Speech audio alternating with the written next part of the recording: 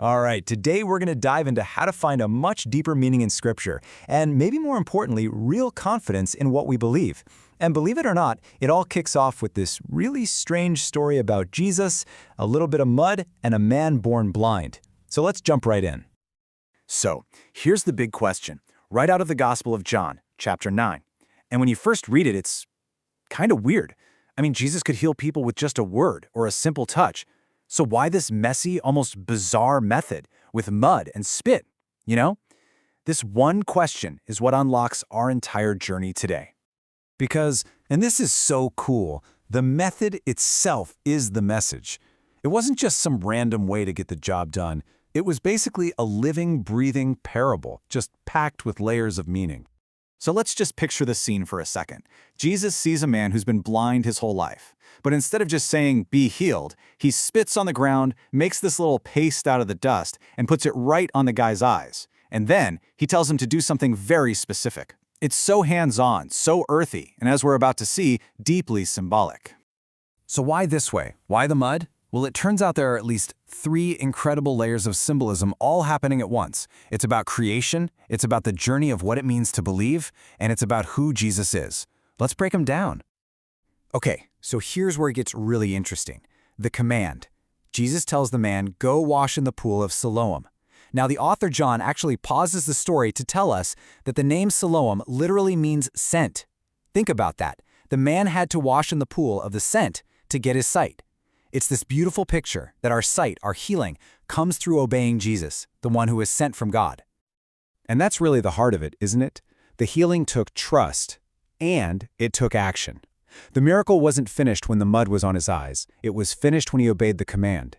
It's a physical demonstration of a huge spiritual truth. Our vision, our understanding, it comes when we actually respond to what Christ says. Now let's keep going with that.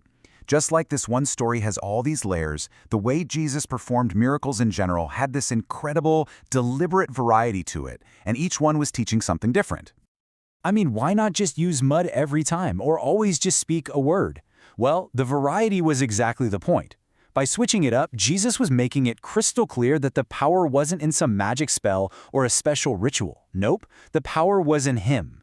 The mud and spittle, that points right back to his role as the creator, literally reforming what was broken from the dust of the earth. So at the end of the day, the physical healing was awesome, but it was really just a sign pointing to something way bigger. It was a live-action drama showing that Jesus is the one who made us, he's the one who can remake us, and he's the one who brings true spiritual light into all our darkness. Okay, so let's pivot for a minute. That whole challenge of seeing clearly, of holding on to your faith, that doesn't just happen in ancient stories. It happens to us, today.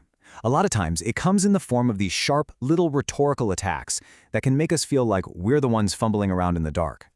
Here's a perfect example from the brilliant Stephen Hawking. It's such a powerful line, right? It's short, it's memorable, and it's designed to frame belief as just some kind of psychological weakness, a fear of the unknown. And if you're a believer and you're not ready for it, a line like that can really sting. The absolute key here is to see the tactic for what it is. This statement isn't really an argument based on evidence. It's what you'd call a rhetorical jab. Its power comes from that sting, from making the person of faith feel defensive, maybe even a little silly. And then, bam! Check this out. This is the power of a counterframe. The philosopher John Lennox just flips the whole metaphor on its head. What if unbelief isn't courage, but its own kind of fear? You know, a fear of what you might find in the light, accountability, meaning, maybe even God himself. All of a sudden, that original jab loses all its power because its own hidden assumptions just got exposed.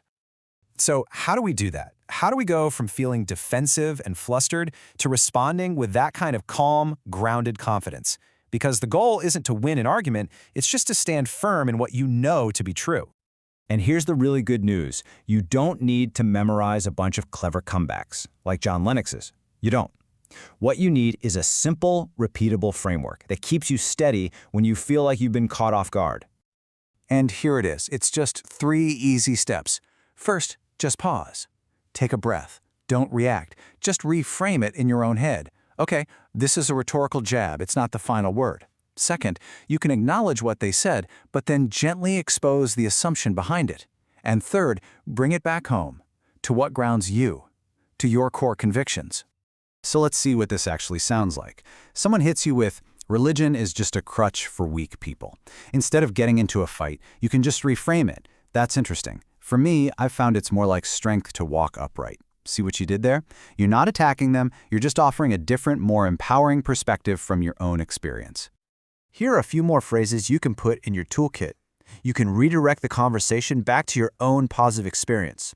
You can anchor your response in how your faith has actually changed your character for the better. Or you can just testify to the things that are real to you.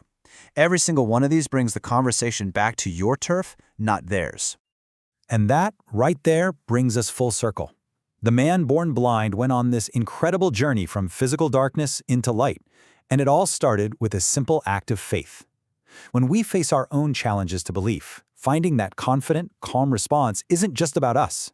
So the final question I'll leave you with is this: how can that confidence become its own source of light for other people who might still be searching?